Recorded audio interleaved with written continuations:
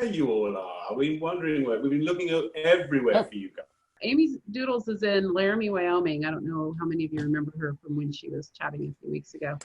And they're having just, the fires are surrounding where she's at. So, Amy, how are you doing? Oh, okay. Just I get a lot of headaches from it, and everybody's kind of grouchy. I'm currently hooked up to my CPAP and oxygen, which I can't really take off because it just doesn't feel good. We're okay. I guess they've had evacuations and things. It's not the one that's causing the most trouble for us. Last night was at 17,000 acres, but only 2% contained. So they think it'll go until like October 30th. Oh my. So yeah, it's gonna be really a fun October, I think. It's gonna be pretty weird, but it's okay. It's like, you know, it's not okay, but it is okay. It's like, you gotta deal with it. It's just, today really is starting to have that kind of weird glow the way you see in San Francisco, we've seen in San Francisco and Australia and stuff. It's definitely shades of that here, I think. It looks a little bit weird. I don't know all the details, but it's called the Mullen Fire. So if you have anybody that's in this, if you know anybody that's in this area, you can go to the NCWeb site and just type in Mullen Fire, and then you'll see like where it is. It's not super close to Laramie, but it sure is giving us a lot of grief. Yeah. The smoke is looking just right, right over it looks like it's right over the mountain, but it's a little bit farther away than that. Right. Yeah. So just so you can see how beleaguered I look. Hi! Okay. But anyway, so like today it must be blowing in our direction. So we're like southeast of them. Yeah. Of where it is. And then there's another fire that's blowing that we're still getting smoke from in Colorado, and I can't remember the name of it. Laramie is really close to Colorado. We're 17 miles away from Colorado. So there's a place called Fort Collins, and I think it's about north and east of that, just a little bit. There's been a really big fire. It's the biggest one. It's the biggest one this year, I think, and like third or fourth on the list of Colorado's fires ever. Like, it's historic. So that's why we're getting so much smoke here. And we're in a valley or a basin, Laramie, so it just kind of likes to settle right there. Right. Yeah. So well, keep safe, Amy, and keep keep that contraption on your face. I know, it's terrible, but yeah, I am. It doesn't look terrible. It looks practical. Yeah, I'm really glad that I have it. I mean, really glad. Although one of my people that came in yesterday, my nurse that came in, she said they were all like, the ones who smoke, this just gets me, the ones who smoke were all like, A, not wearing their masks because they're smoking, and B, all in a little circle just smoking away in the fire with no masks. It's just oh dear. Yeah, it just gets me every time. There's smoke already in there. They don't have to smoke. Why don't they just suck it in? I don't know. Well, keep your spirits up, Amy. Please do. And keep us informed, just so we know you're safe and sound. Yeah, okay, I will. Yeah, cool. I think we're okay in town, but geez, it just gets scary sometimes. Of course.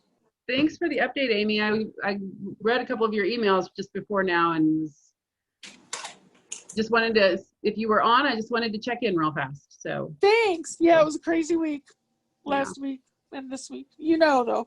Yeah. So, okay, thank you. All right. Thanks, Amy. All right, so we're gonna officially get started now. I'll do my little spiel. Do your spiel. The spiel. Welcome to the Sid City Social Club for Friday, September 25th. I'm Mel. You guys know Sid? Thank you. Thanks. Hello and happy Friday, as everybody has said. Just so lovely to see all your faces. I'd like to welcome anyone who's new, even if you wandered in here by mistake. The exit is over there. But you're welcome, and you might enjoy it. And it's certainly an unusual experience. I don't think there's anything like it anywhere in the world. And there's no particular theme today. I realized yesterday that all these themes detract from your stories and create, they're nice sometimes, but my instinct is to entertain. So I'm always sort of rolling on some kind of dancing pony, and it's not necessary all the time. So we're going to just relax and just get to know each other better for the next couple of weeks at least. We're trying to line up some entertainment because I can't help myself in the next few weeks, and a lot of strings are being pulled and discussions being had. It's incredibly difficult. With that, we should wheel on our first guest. We have a birthday to celebrate. That's right. Quickly. Ruth, where are you? Where are you, Ruth? You hiding? I was just sort of raising my Baileys, so I had to put it down to get my headset in, or hands-free in. Happy birthday, dear So one. there you go. So I was telling everyone in the chat, I've got the chocolate Baileys, so that's my birthday treat today. That's delightful. I don't think I've ever had the chocolate Baileys. I've had the regular Baileys. We've all had the regular Baileys, I think. We have all had the regular Baileys. Yeah, I'm pretty certain this is limited edition, and I don't quite know where it's sold. So yeah, everyone's just gonna have to Google it. Like, this is just completely by chance in our hypermarket. Fantastic. You ever had it with ice in it? I don't think I've had this one with ice. Well, let's say happy birthday to you. So if everyone can just get off the mic, I mean off the nice one, Ash. Come by. That would be lovely. Happy birthday, Clive! Ice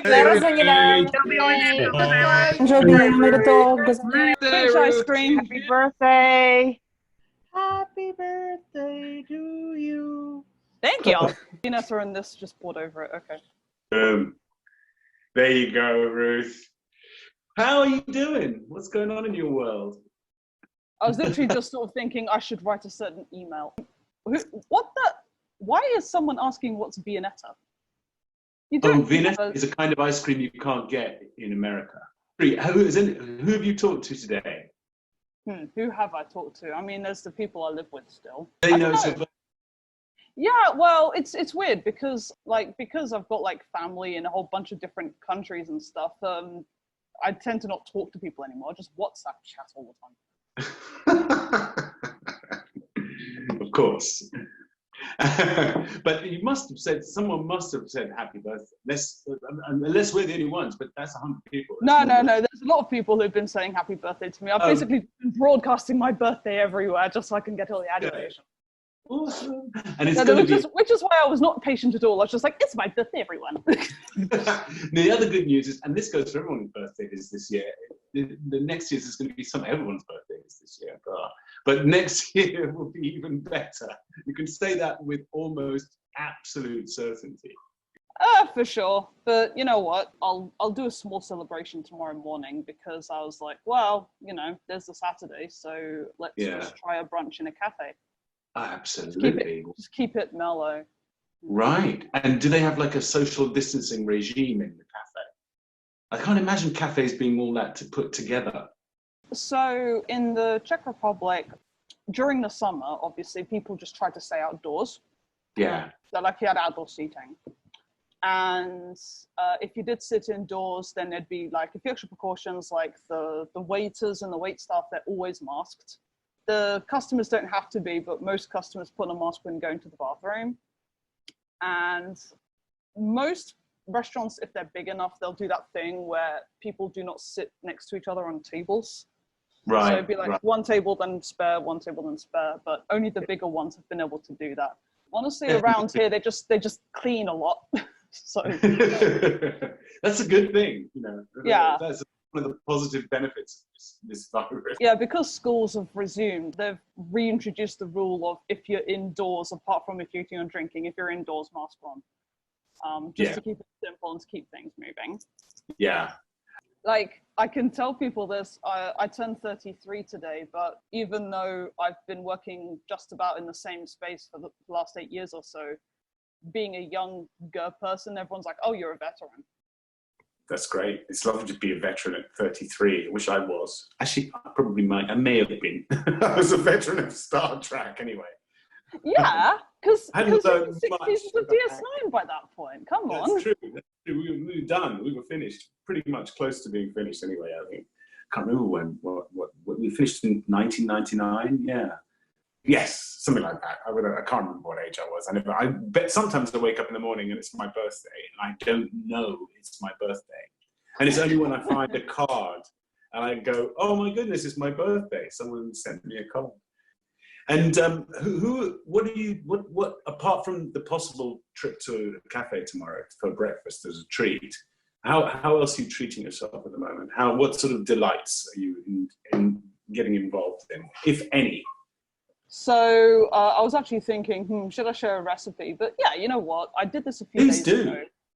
Because we have Marks and Spencer here, which makes me so happy. And they do those really nice like sauces or pastes, and then they give you those recommended recipes on them. Yeah. So I did Mediterranean sweet and tomato chicken, and I made some roast potatoes with them. Ooh. And what was the sauce? That was Mediterranean. It's literally just called a Mediterranean tomato paste. And you're supposed to make the sauce by adding the paste to chopped onion and red pepper. Ooh, that sounds really good. I wonder if it's tomatoes, and basil, depending on what country you're from. It's that usual stuff, yeah. But I think the specific kind of tomato they use isn't as tangy as the normal ones. I think they use a different tomato type. Ooh, but it's delicious on chicken. Yum-tastic. It'd also be anything that's... After eating it, I was sort of thinking, I would love to have added, like, remove the chicken, add prawns, put in runner beans. I love runner beans. That would have been fantastic. And you roasted the potatoes? Mm-hmm. Fantastic. I love roast potatoes. Absolutely. So do I. You know, I made them last weekend because my mother-in-law had her birthday, and she insisted that she have these potatoes. And because I'd made them a couple of times, and what I did, obviously, boil them in salt water and everything, peel them, obviously, and shake them in the colander for a bit so they get a bit scruffy. Don't boil them too long. Then light the grill and put them in the barbecue at 200 degrees centigrade or 400 degrees Fahrenheit, depending on which language you're speaking. And for an hour, they get so crunchy, and they got all the smoky flavor of the barbecue. So barbecued potatoes is pretty epic. I've tried it twice, and it worked twice. By mistake the first time, second time on purpose. So I'm sure you can't grill unless you've got an outdoor space. But you can definitely do the same thing in the oven. So I'm sure yours are the same. There's also that really weird thing you can get now where it's like a frying pan, but they have it ribbed like a grill. So if you just heat the pan, then it does the same grilling effect, but without all of the all the stuff. Yeah, without all the smoke, without all the flavor. I haven't tried it. I don't know, but I keep getting tempted to buy one. It's just I'm thinking, well, I don't have anywhere to put it. Yeah. So, no, you don't want it. If you haven't got a decent sized backyard or front yard, there's no point. I'm in a flat with a balcony, dude. Oh yeah, that's not happening. And what's your view like? Well, it depends. I mean, from my bedroom window, I've got a nice view of the building opposite, which is this turn of the 20th century architecture style, and there's a bunch of dentist offices in there now. Oh, right. Charming. So if you time it right, then sometimes you'll see someone have their window wide open. They're cleaning the dental office with a vacuum cleaner or something. But then on the left, there's a university building. Oh, okay. I remember living in town. We lived in Brooklyn a couple of years ago, and we had a fantastic view.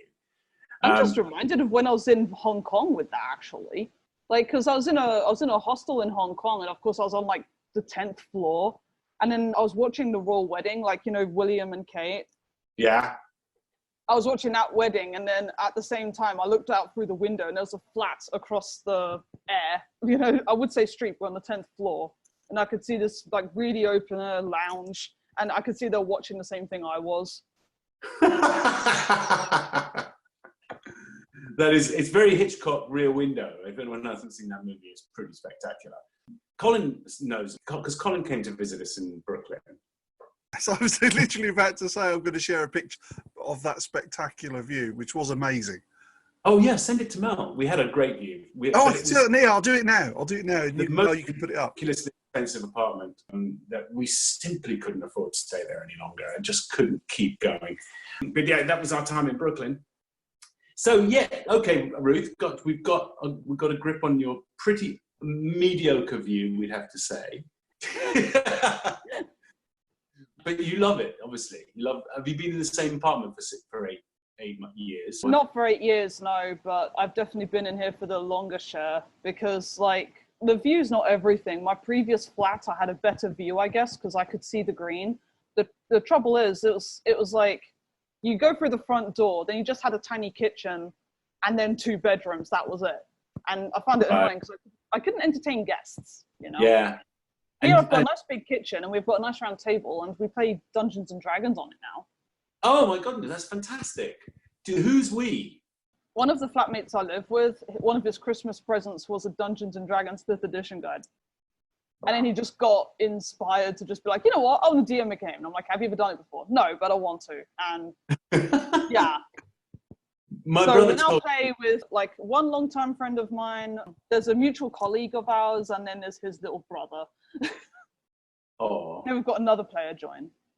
That's fantastic. Well, my brother told me that he was rummaging around the house because the house we have in England he was born, basically born there. He was born in hospital, and so I was a kid there, and he found my first Dungeons and Dragons set that my parents gave me when I must have been, 11 or something.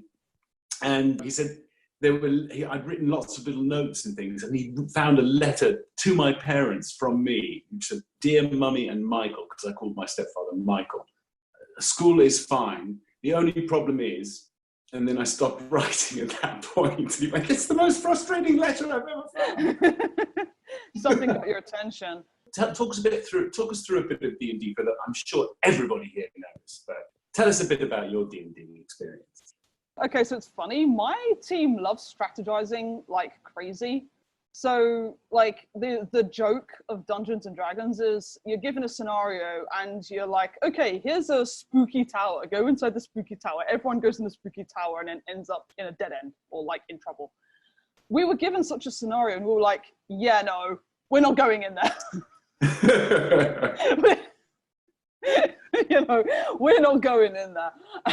And, like, we did a lot of investigating, a lot of detective work. And then what's funny is my character, she has like very low wisdom, so she falls for every single scam.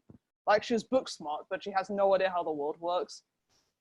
But despite all that, for the first time ever, I managed to get like a 20 roll. And for the first time ever, it meant that she was able to lie and blag her way into a wizard's tower and get some information from a wizard. Fantastic. That is fantastic. Yeah, we're basically just playing our own little fantasy realm now. That's absolutely how it should be played. That's the spirit of it. There's a brilliant TV show on Netflix called High Score, and it's all about the history of computer games, and it all comes from D&D. I mean, the whole computer gaming industry pretty much was born out of Dungeons and Dragons, which is fantastic. I always got the impression it was the Hitchhiker's Guide to the Galaxy, but okay. Oh, well, the Hitchhiker's Guide to the Galaxy is obviously the root of everything else. And has the answer to life as well, which is quite extraordinary. Yeah, everyone's making the joke now, 42. Yeah, sorry, everyone. But no, what I meant was that the original like game where you literally just had words on the screen, just had, type, look left or whatever. And yeah, that was actually, they talk about that, and they interview the person. Because one of the early developers of video games who did King's Quest, Roberta Williams, she literally was playing Hitchhiker's Guide to the Galaxy and other games like that, and she thought, wouldn't it be fun if there were like images and sound and.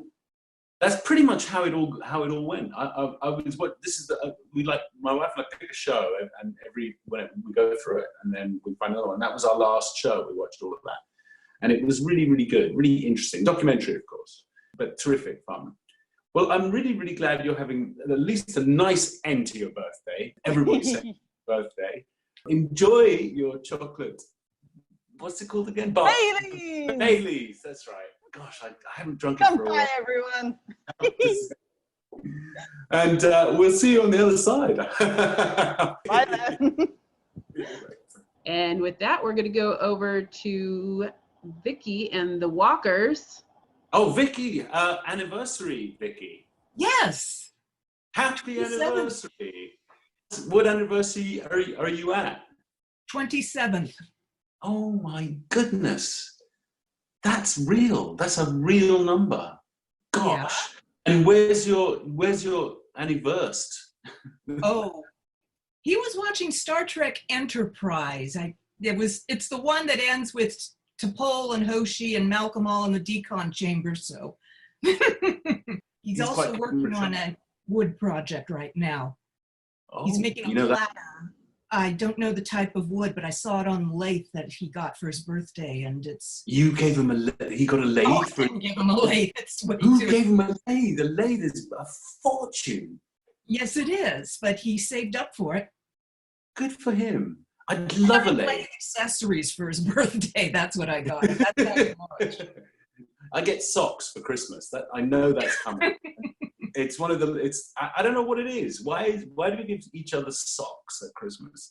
Actually, I do kind of treasure them. They're always kind of funny. They've got either sort of barbecue person on them, or they've got some kind of words on them, which is very not me. But I've embraced it, and I'm now wearing words on my socks. What did you do for your anniversary? Did you go out? Did you make a meal? Did you go out? Did you get takeaway? We're having BJ Steakhouse delivered to us. Ooh, fantastic! Yes, it's the annual get a ribeye for me, and I don't know what Chris is going to get, but it should be nice. I wish I had that chocolate Baileys that Ruth has. I know, it looked pretty tasty, didn't it? I usually get a chocolate martini. They don't. Ooh. Yeah, but they don't send that type of cocktail over in the delivery service. They do send some, but nothing I'd be interested in. Do you make cocktails? The only drink that I make that would qualify would be 1 part Bailey and 2 part chocolate liqueur over ice. Oh, okay, yeah. All right. Well, we have in the recipe book, there is a cocktail at the end. There might be 2, but I definitely noticed the last one was a cocktail, a mojito, I believe. So if you like mojito, the recipe's right there. I think it's crushed mint. I think Chris has promised he'll make me something resembling a chocolate martini. Oh, even better. Fantastic. Yes, because I think we have some. How does he go about making it? Do you know? There's chocolate liqueur. There are 3 brands. One is Godiva. It's the most expensive. Right. There's one, oh gosh, I can't remember the name, but it's kind of chunky. And the one we're getting right now is called Mozart, which is in between the 2 in terms of texture and price. Absolutely. Mozart is, I think that's an Austrian brand. Yes. Salzburg. They do. Yeah. Okay. Cool. Wow. Well, that's great. I'm really happy for you both. How has it been being together for this long, this much time? There's not much change for me because I have 2 jobs that I work at home, and they're both editing jobs, and one is more seasonal than the other. So there's a dry period where I don't work, and then there's 6 weeks in which I'm working like crazy. And then it's feast and famine for me. He got a job at Home Depot, so he doesn't have a problem. What sort of editing? Literary editing? Or one job is editing environmental articles for an online website, and the other one is the seasonal one is checking against the audio of Fortune 500 phone calls when they're having their earnings calls or their annual meetings. The environmental website is more regular, but it's only an hour a day. Yeah, okay, I understand. That makes sense. And so, yeah, cool. And your husband is working at Home Depot. He was in we were in newspapers for years. We met at Humboldt State in the journalism department. And we both worked for the same newspaper for 18 years, and then I was laid off. And about 5-6 years later, he was laid off. And is the newspaper still extant? It still stands. They've all glommed together. It's now part of the same umbrella as the San Jose Mercury News. Do you read it? Sadly, no. Yeah, I think that's the problem. Most people just don't read newspapers anymore. Some do, God bless them. But people just get their news online, and it's very difficult to go and pick up a piece of paper. Now, I get the newspaper every now and then, but I get it, sadly, to light my charcoal. It's the local newspaper. And the reason some people get newspapers. So you met at the paper. We met in college. You met I was going to say you must have been incredibly young when you met, because to have been together for 27 years and look the way you do. So you've got... I accept your flattery, sir. Well, it's true, frankly. And so you met in college. You then you left each other and moved back and met again at the paper. Talk us through those early years. Well, there was a time where we worked in separate cities, but we were together, and when we finally were able to live together, we set a wedding date. And Mel, if she has the pictures. Oh, good. Yes. We got married in a hot air balloon over Yountville. That's us just before takeoff. Just before dawn. We wanted something special, but not obnoxious. That is amazing, Vicky. And now we see your husband, so job's done. He doesn't have to get on camera. Yes, there he is. He actually had to wear a baseball cap because he's so tall. He's 6'9", and you can see that the blasters to keep the hot air balloon up are pretty close to his head. So when our pilot, who's also an ordained minister, was reading the vows, she had to stop at certain spots to fire up the thing. So it's like, do you, Christopher, take Victoria? That's brilliant. Lawful wedded wife to have and What a useful minister. Got dual use. And your husband must hate flying on airplanes, being that tall. We fly very infrequently. In fact, I never flew on a commercial airliner until we were 30. The one time we flew internationally, he did and was able to get a seat by the emergency exit because it had more legroom.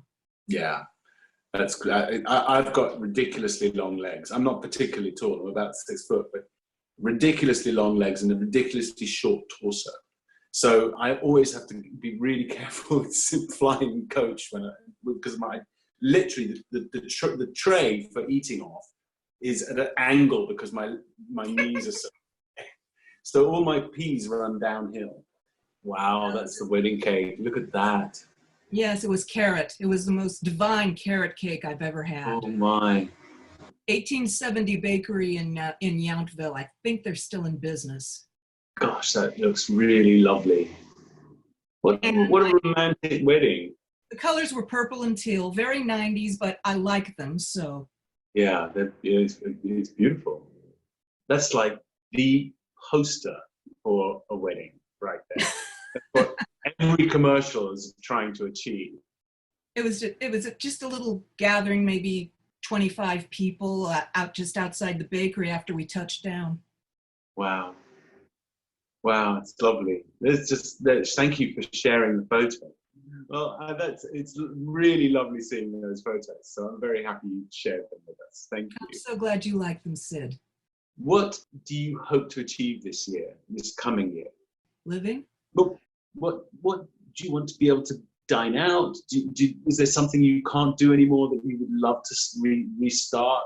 Do you like going to a hair salon? I'm a wonderful hairdresser, and no, I haven't seen him since last year, but I've also been able to handle hair coloring by myself. Yeah, you've done a very good job. But actually, COVID's done something wonderful for me because it started these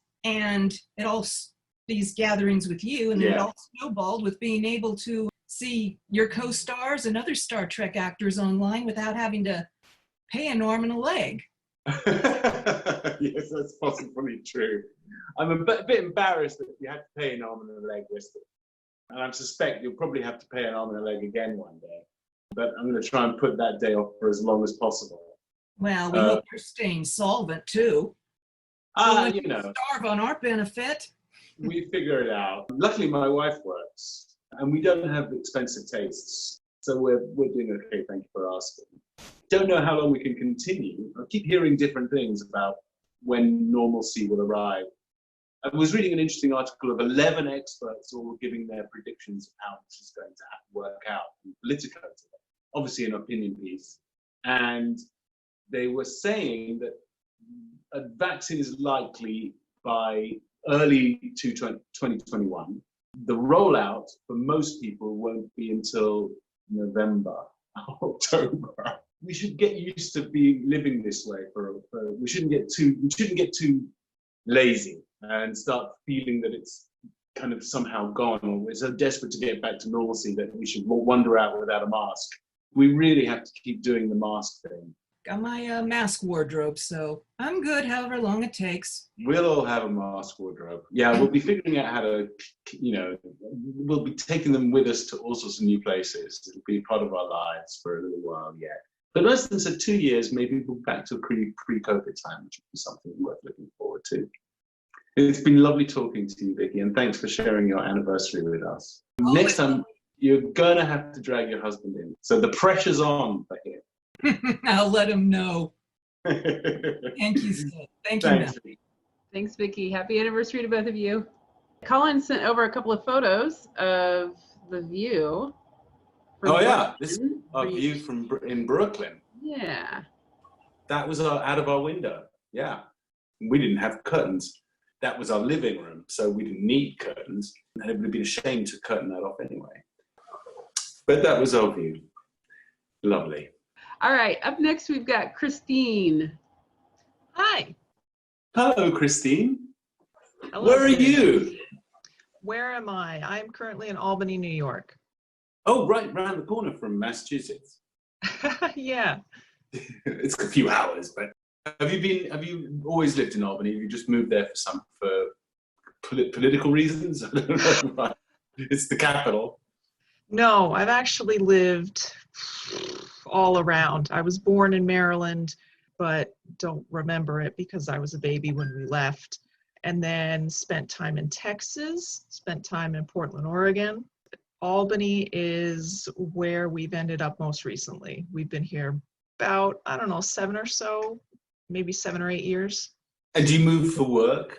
My parents, yeah, they were the ones moving around for work, so. Oh, wow, Nice. okay. What vaguely do they do, if you don't want to say exactly?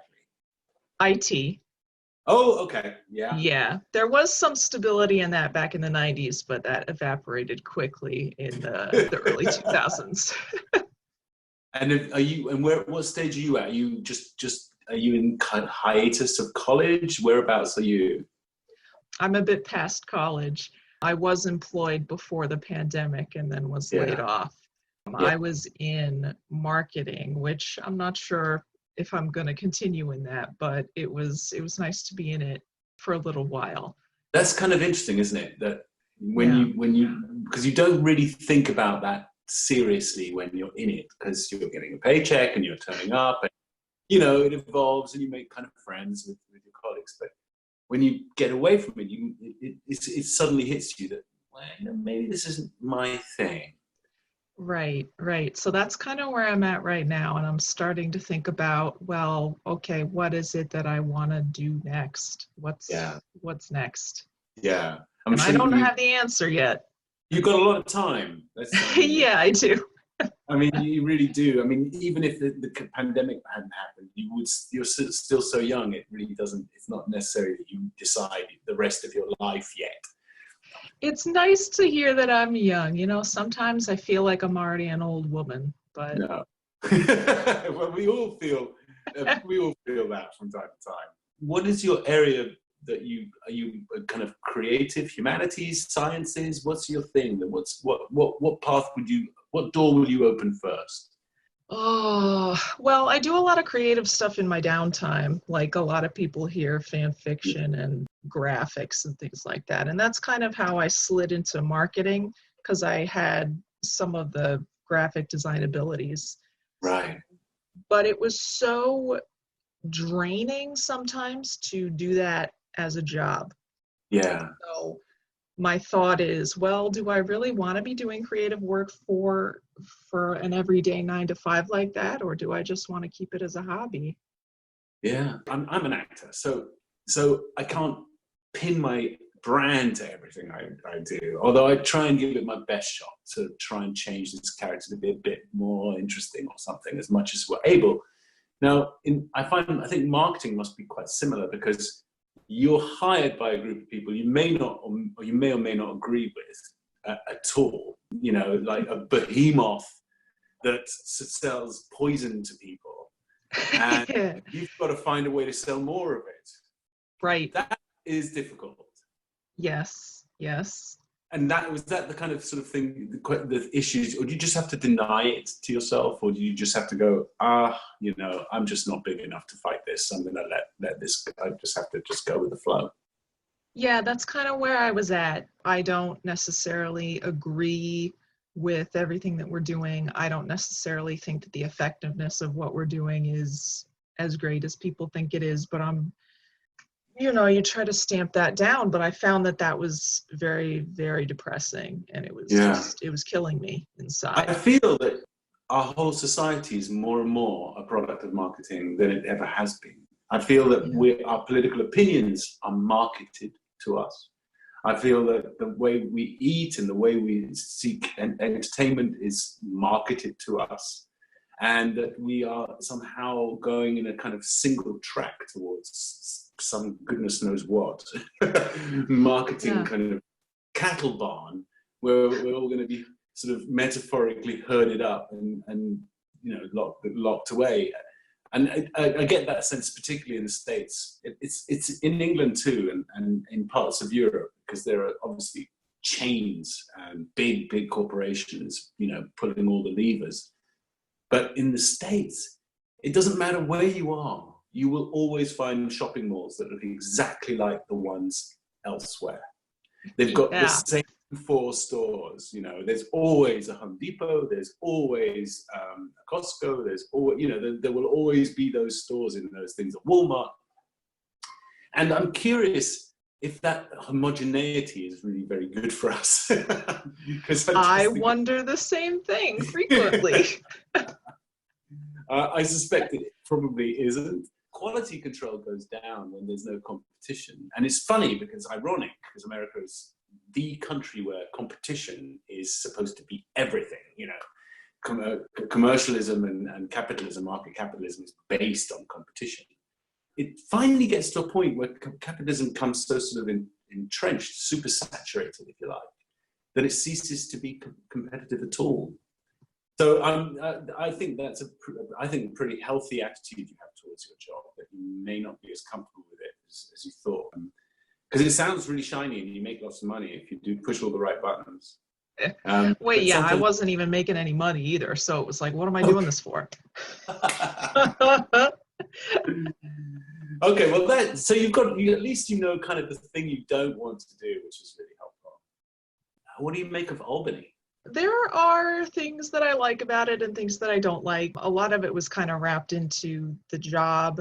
Is it becoming gentrified? I know it's a very diverse community, but I used to drive through Albany all the time, because we had a little farmhouse when we lived in New York when I was with Nana back in 2000.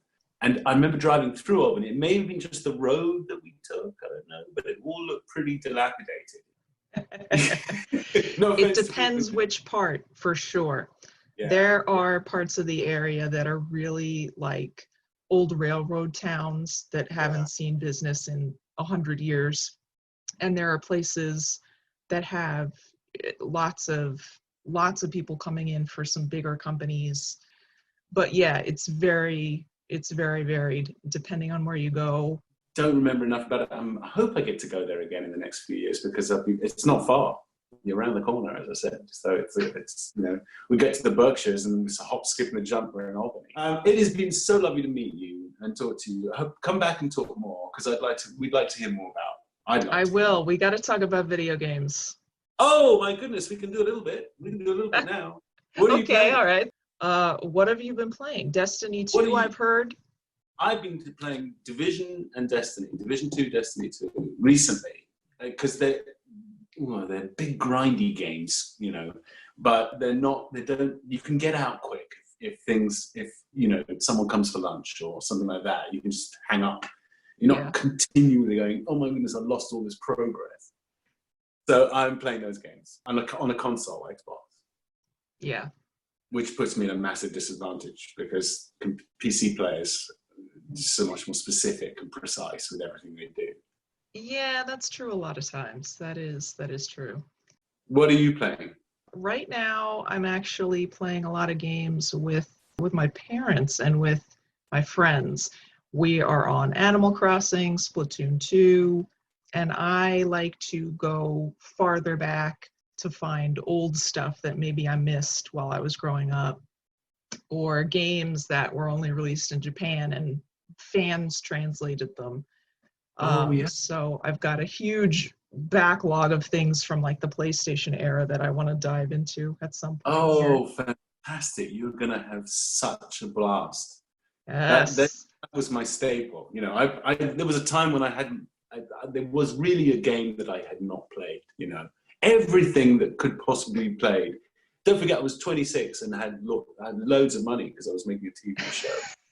So I could buy any game I wanted or any console. I always heard that you would play Super Nintendo all night between filming episodes. Is that true? I play something. I would usually, the big game I was playing mainly was Ultima back in those days. Back in the 90s, I was a big Ultima fan.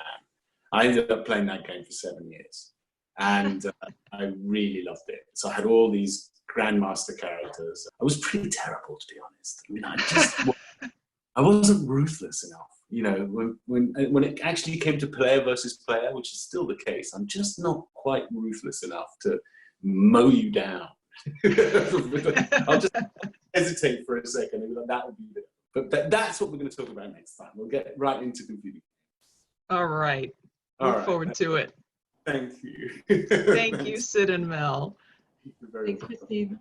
All right, we have another Melissa coming up here. Melissa K. The Melissas are going to take over the world someday. The Melissas are going to take over the world mellifluously. Indeed. How are you, Melissa? I am well. How are you? Very good indeed. Do your friends call you Mel, or do you like? They do. Yes, they call me Mel. Some call me Melissa. I guess it depends on how many other Melissas there are in the group. What do you prefer? Do we have a Mel here, so you can call me Melissa? I'll call you Melissa. I don't mind what people call me. So, because people often ask Alexander, Sid, what do we do? And I'm like, I don't. Honestly, it doesn't matter. If you shout in my direction, I'll turn around and pay attention. So, now, you look like you are in a games room, or at least you've got a proper, I would say it's a broadsword, but it's not broad. It's a rapier. It's a rapier. My goodness, that's a looking rapier. I would take it out, but the last time I did that, it got caught in my hair. So we'll just avoid an embarrassing catastrophe. Very relaxed about that. You've got a fabulous backdrop. Did you put a lot of thought into it? Because my wife, who's now been Zooming millions of times, she doesn't listen or watch anybody in the Zoom. She's just checking out the backdrop. Looking at the background. I didn't necessarily put much thought into it. This is sort of my reading corner in the living room, and there's another 7-foot bookshelf immediately to my side. This is kind of where I set up to work because I work for the university, but of course, all this. So I've been working from home more or less since March.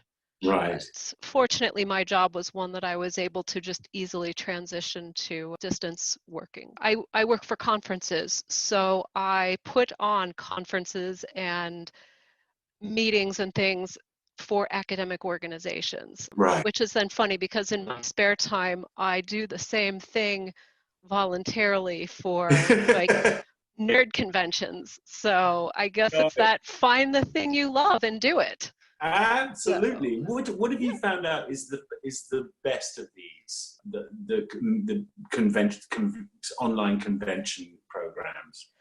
well, a lot of people are still just strictly using Zoom because a lot of the universities especially bought licenses for that. So anybody who's an employee gets to use it for free. You get, and then that means you have the professional version, so you don't have to restrict yourself to 40 minutes and a certain number of people. Is there something that we could be doing better? I think this is just a fantastic setup, and I had heard about it from somebody at Worldcon this year. I was helping run programming for that, so I actually was sitting in this same spot, just shooting people into Zoom breakout sessions for 12 hours a day on Wellington time. So that was a little funny. Wow. But then somebody said, "Oh, you should check that out," and then I was just busy all the time, and then I finally got in. I was like, "This is great! All you people are fantastic." They are. So, They are fantastic. no, Mel does a fantastic job, and I couldn't find a way to do it better. So. Well, that's high praise from someone who does really awesome. Yeah, well, we're lucky because I think the quality of your Zoom is only as good as the quality of the folk in it. Indeed. And we could pretty much use any program, and it would be fantastic. It's just, I know that I just don't know which other ones there are that accommodate. I'm particularly interested in because we do these plays from time to time. Obviously, Yes.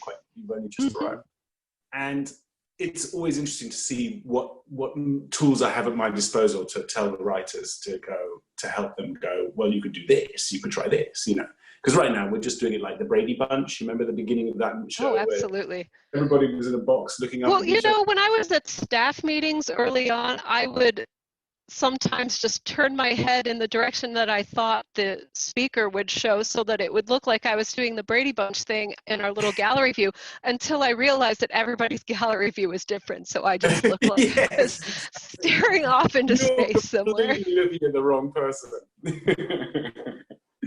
So you mentioned you have a partner? Yeah, I do. And he actually works for the state library. He is the web developer. So he also does things remotely a bit more easily than some folks, but there are times where he has to just go in and physically touch the servers and make them do things, reboot them. Has it added a color to your relationship that didn't exist before? Because this is something that always interests me. It was interesting because we've been together for nearly 8 years. We met at our mutual friend's end of the world themed party back in 2012 in December. Turns out we've had so many mutual friends for years, but had never met until that point. Wow. But he lived up here in Indianapolis and I lived in Bloomington. And so we did a lot of commuting. And then finally last November, I finally got to move up here because we were able to find me a little tiny bit of office space up on the campus in Indianapolis. And then, 2.5 months later, ta-da, this happened. So I think we were still in that whole new finding how to live with another person after having spent the majority of one's adult life not. So I guess we kind of came into that at the right time because there wasn't too much drastic switching around once we're all underfoot. A lot of my friends and I have been doing exactly what we're doing now, is just sort of having a Zoom get together or a Google Hangout. I took some beginner Irish language classes back in March doing this exact same thing. Yeah. So I'm curious about that whole the dynamic and what that's doing in our society all over the world, because the humanness of us doesn't change whatever the country. Yes. I've observed, and even both at work and in my social convention scenes, just some people who are really distraught at the fact that they're not able to physically be together with some of their friends. But well, of course it's not as good as, but it's still pretty spiffy to be able to do all of these virtually, because you can have people who wouldn't be able to afford to come being able to attend. We have speakers for some of our conferences who definitely wouldn't have been able to get in because of they're on the list. Visas, and their input to these conferences just adds so much color to it, and we wouldn't have been able to get that at all. And then one of the conventions that I run here in Indianapolis, we just postponed until next year, but we had some virtual things, and we had some of our guests of honor who are hanging on till next year pop in and do a couple of activities and things. And, that's great. But then this other project that I'm working on, we are going to kind of do a bit of a hybrid thing at the end of next month. So I don't know if you heard about the Captain Janeway statue project. No. Well, No. so Captain Janeway is from, or will be from, Bloomington, Indiana. And for years we joked like, well, why does that town in Iowa with the sign about Captain Kirk get to have all the fun? And last year or so, I accidentally instigated a group of people. We're like, well, let's just get together and talk about it and see what we can find out. And we got somebody from the city council who was really excited about it. And so we started planning and plotting. And then we found out there was another group doing the same thing. So we just merged together because we thought, well, why compete? So we became the Captain Janeway Bloomington Collective. And we were originally going to, I know, and it started from, well, we'll just have a little limestone plinth because, you know, limestone is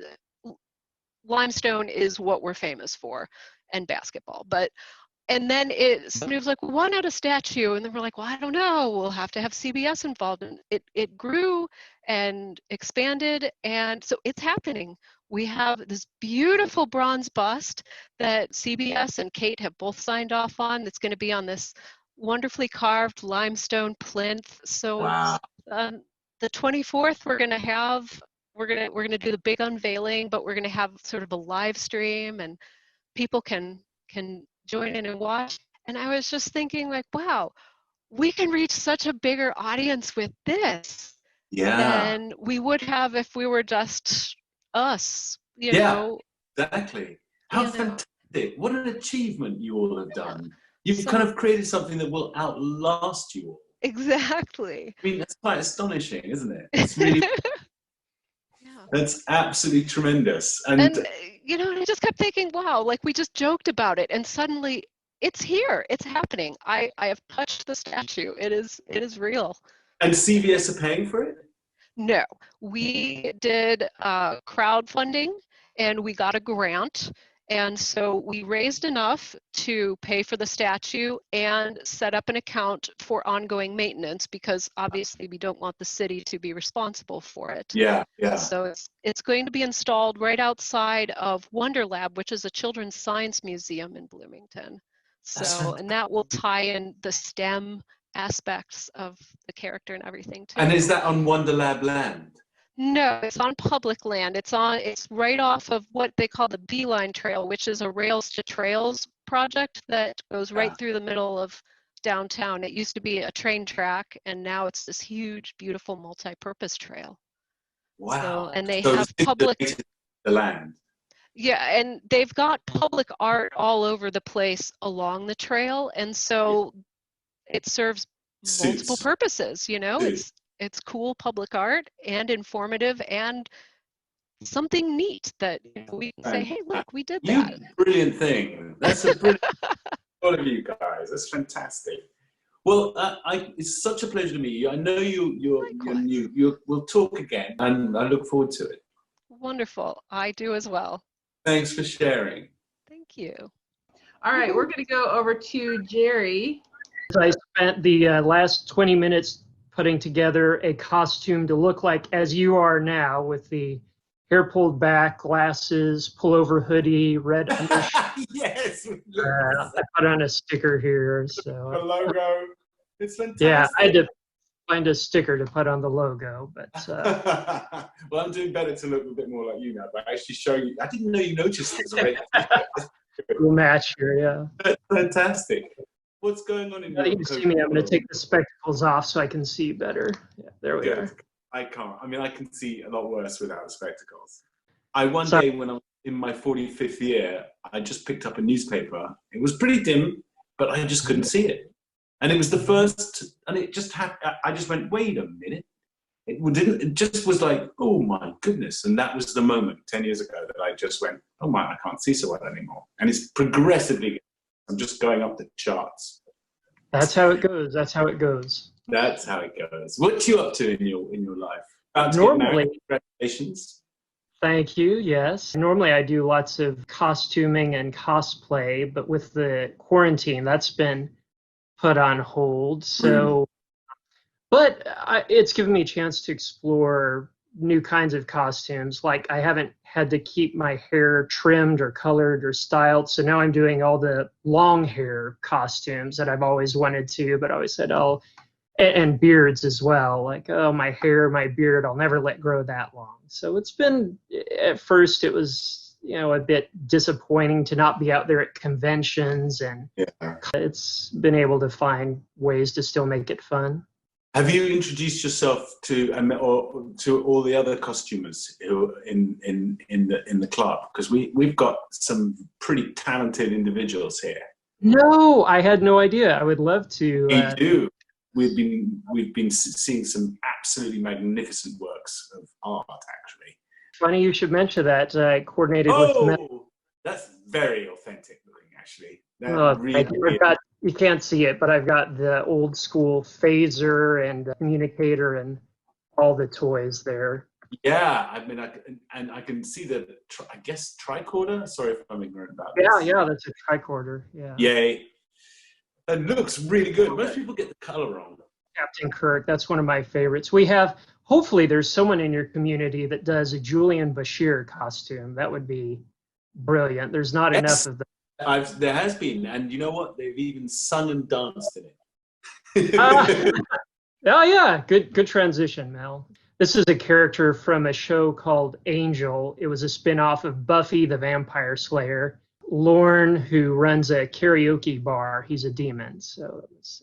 Oh wow! I think they're bringing Buffy back, a remake. I've heard something about that. Yeah. Whole new group of costumes to try out. So, and this is of course. Beautiful, by the way. You look terrific. My goodness, this is Captain America. Yes, World War II Captain America. That's a vintage World War II infantry jacket. Got the updated shield pins, and then there's a military base that had an open house. So I said, well, what better day to be Captain America than open day on a military base? Oh, look at that. So this is Ruby Rod, a character Chris Tucker played from the movie The Fifth Element with Bruce Willis and Mila Jovovich. A fun character, just people respond to him so well, so much energy. He's an intergalactic DJ. I remember him, absolutely. Okay, yeah, very good. He's fantastic. Yeah, this is John Constantine from the comics and TV shows. Yeah, this is just a favorite fun one to do. Lots of attitude. Chance to try a London accent. It's one of the hardest to do if you're American. Yeah, good chance. Oh, you look great. You look terrific. Oh, thank you. You must look completely different in every outfit. All your facial characteristics change. That's a really difficult thing to pull off. Well, thank you. I'm not very crafty or very good with my hands, so I try to focus more on that, like the voices, the expressions, just the little nuances that I can do. So that's great. Basically acting. You like the roles. Yes, it's a chance. You go to places like Atlanta to Dragon Con and stuff? That's where a few of those photos were taken. Yeah, Dragon Con. We're very much, that's the thing I'm missing or having the hardest time with this year, is not being able to go to conventions. But on the other hand, some of them have done virtual online conventions, which has just been, such a treat and so much fun in its own way, and opening it up to so many more people that, tickets to San Diego Comic-Con, and also people who've always been curious, like, okay, so this is a flavor. You don't have to leave the house, and you can find out. It's a nice kind of entry level way of getting into conventions if you're not really into the scene, especially if you're not particularly social. What do you like about Dragon Con? What do I like about Dragon Con? What was the question? I've been there as a guest, and it was huge. But what I love about it is the costumes are of the highest, some of them obviously, quality. And these people are walking around looking like $1 million. And I love that. That's same. That's my favorite thing about Dragon Con. I've been to several conventions, and out of the ones I've been to, at least in the United States, it has just, I think, one of the highest percentage of people who go in costume and cosplay, and also, as you said, who are really at the top of their craft. I was talking just yesterday saying, you know what I miss about Dragon Con is just getting there the night before the convention even starts, coming up out of the subway steps and coming up onto the street, and within a minute there's 20 different costumes walking by, and you're sitting in line behind an Ewok and a stormtrooper getting subway, and I love the fact that people walk along the street like that, you know. I mean, I used to love that about Star Trek back in the day, back in the 90s when we had conventions, because people were dressing up all the way back then, and before, you know, back in they were probably doing it in the 70s. I don't know when conventions really started in earnest, but seeing all these people with, you know, prosthetic ears and noses wandering into a convention hall, not caring a fig about who sees them or what's going on. Yeah. And obviously now it's obligatory. Everybody wants to get dressed, but back then it was a real trailblazing kind of ballsy thing to do, for want of a better expression, and it was you had quite a lot of courage. It did, and thank goodness we had those pioneers to sort of blaze the trails for us, and everything that's been done to make it more mainstream and more accessible to all now. Yeah, do you remember when Trekkie was an insult? When you would be like, yeah. That was like, you were the slime of society. You guys couldn't, you know, you were too weird. Little they know they were all brilliant people. Just like towards the beginning of this call when someone said, oh yeah, we play Dungeons and Dragons, and everyone perked up and it's like, oh, brilliant, shared their stories. Whereas, you know, back in the day, you say, oh yeah, I played D&D on a group chat or group call or party line. Was back then, you know, people look at you weird or think, oh, is that satanic game, or that sounds very nerdy. And it's like, oh, I saw someone chat saying the first response was, can I join your D&D game? Which is, there you go, boom. Whereabouts are you? What state are you in? I'm dialing in from Austin, Texas. Oh my goodness, barbecue center of the world. And it's quite warm. I'm gonna break with the here. Just take the me off. I spent too much time trying to get my hair down and match yours as close as I could and putting it up. I can't mess that up now. So I'm flattered, thank you. How did you meet your fiancé? You know, it was through mutual friends, a group dinner, just a bunch of friends invited others out. You didn't meet on like eHarmony or something? No, we did the old school way in person. Because I wonder, because in a funny way, I did a bit of eHarmony back about 10 years ago for about 2 months, and I went on 3 dates over the time, and although I met 3 very nice people, I stopped doing that only because I really believe that love finds you. And so it searches you, hunts you down eventually. Yeah, we have friends that have met both ways. Whatever brings you together. I think whatever brings you together works. You're entirely right. So, what are your hopes for next year? What do you think's gonna? Be yourself. You can be selfish here. Yeah, what I would love is to get back into conventions, pick up my costuming business and my gigs, and conventions is always part, but just traveling again. That's one of our chief hobbies, being able to travel again without risk. Listen, it has been such a pleasure talking to you. It's kind of near the end of our allotted time, and people have to go to do whatever they have to go to do. Before I go, I just want to make sure you've seen this and are familiar with the Section 31 book with your photograph on the cover. I am not. I mean, no. Wow. Julian Bashir is the protagonist in it. Oh, wow. And does he do anything interesting? Have you read it? Yes, it's quite good. I love all the, Section 31 is one of my I favorites. do too. I wish we'd done a lot more of it on the show. I mean, we touched on it and it just didn't really get going, but I was really looking forward to doing much more. Yeah. Well, thank you both so much. I really enjoyed this, and stay safe.